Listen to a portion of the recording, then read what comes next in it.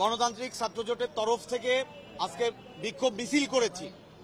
এই বিক্ষোভ মিছিলের করার পরপরেই আমরা দেখলাম উদীচীতে আগুন জ্বলছে। তার মানে সারা দেশে একটা পরিকল্পিতভাবে একটা হত্যাযোগ্য একটা নাশকতা, একটা অরাজকতা তৈরি করা হচ্ছে। আমরা স্পষ্ট করে বলতে চাই যে যারা শরীফ ওসমান হাদির হত্যার বিচার চান না, যারা শরীফ ওসমান হাদির হত্যার বিচার চান না, তারাই এই সারা দেশে অরাজকতাটা তৈরি করছে।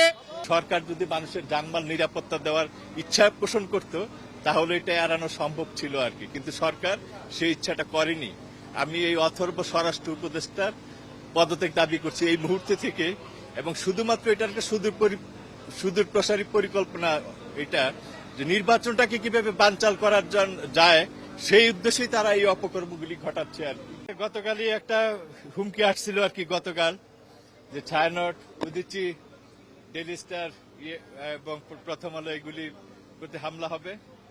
তো গতকাল রাতে ডেইলি স্টার, প্রথম আলো এবং ছায়ানটে হামলা হয়েছে। তো আজকে সকালে আমরা এটা শাহবাগ থানার ওসিকে অবহিত করেছি, কিন্তু তারা সেই সকাল থেকে ওদের হামলাটা করার কথা ছিল জুম্মার নামাজের পর। তো আমরা সন্ধ্যা পর্যন্ত এখানেই ছিলাম। তো আমরা আবার ওই সন্ধ্যার একটু আগে আমরা বিকালে একটু ছায়ানটে গিয়েছিলাম আর কি। আমাদের এই যে পাশে এসবি অফিস, এসবি অফিসের আমি তাকে একটু কথা বলে গেছিলাম, নিচে একটা গেট আছে, ওখানে একটা তালা লাগিয়ে দেওয়ার কথা। তো তার মধ্যেই আমি এসবি অফিসের উনি আমাকে 7:06 ফোন দিলেন যে 20-25 জন লোক আসছে, আসে উপরে ভাঙচুর করতেছে, মানে 3তলা। ওর বিল্ডিংটা তো উঁচু, মনে করছিল এটা 3তলা আর কি, ওই পিছনে সিঁড়ি দিয়ে গেছিল।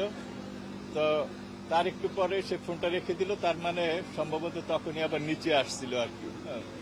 তো 7:25 যখন আমি আবার তাকে ফোন দিলাম, তখন সে বলল তো এখন তো আপনাদের অফিস, আমাদের অফিস ভাঙচুর করছে এবং আপনাদের অফিসে আগুন ধরাই দিচ্ছে আর কি। এটা 7:25 কথা। তারপরে ওনারাই ফায়ার ব্রিগেডকে খবর দিচ্ছে, এসবি অফিস, আমাদের পাশের অফিস।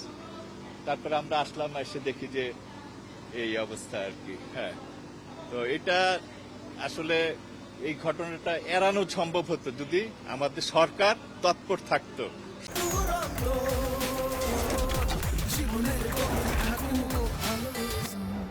সরকার যদি মানুষের জানমাল নিরাপত্তা দেওয়ার ইচ্ছা পোষণ করত তাহলে এটা এড়ানো সম্ভব ছিল আর কি, কিন্তু সরকার সেই ইচ্ছাটা করেনি।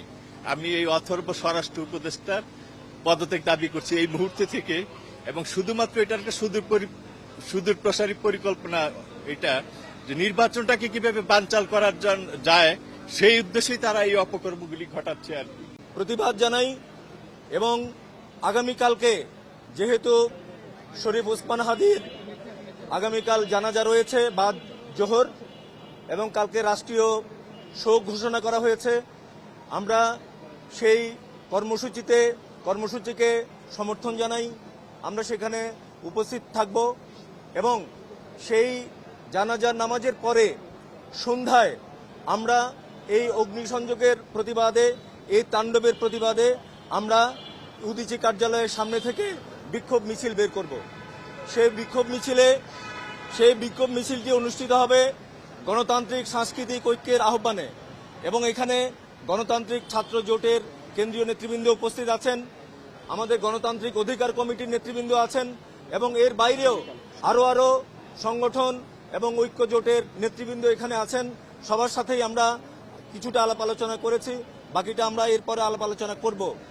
আগামীকালকের এই সমাবেশের পরে আবার আমরা মিলিত হব, এবং সেখান থেকে একটা বড় ধরনের কর্মসূচি আমরা গ্রহণ করব। আগামীকালকের এই কর্মসূচিতে অংশগ্রহণ করার জন্য আমরা দেশের সকল বিবেক বুদ্ধি সম্পন্ন সকল মানুষকে, গণতন্ত্রের পক্ষে সকল মানুষকে অংশগ্রহণ করার আহ্বান জানাচ্ছি, এবং এই দুর্বৃত্তায়নের বিরুদ্ধে যারা দেশকে অস্থিতিশীল করে তুলতে চায় তাদের বিরুদ্ধে প্রতিরোধ গড়ে তোলার জন্য আমরা দেশবাসীর কাছে আহ্বান জানাচ্ছি। আমরা আশা করি এই দুর্বৃত্তরা অবশ্যই শুভবুদ্ধি সম্পন্ন মানুষের আন্দোলনের কাছে পরাভূত হবে।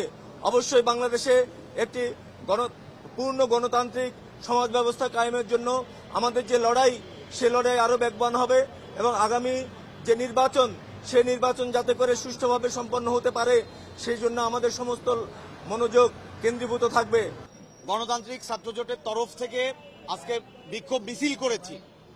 এই বিক্ষোভ মিছিলের করার পরপরেই আমরা দেখলাম উদিসিতে আগুন জ্বলছে। তার মানে সারা দেশে একটা পরিকল্পিতভাবে একটা হত্যাযোগ্য, একটা নাশকতা, একটা অরাজকতা তৈরি করা হচ্ছে।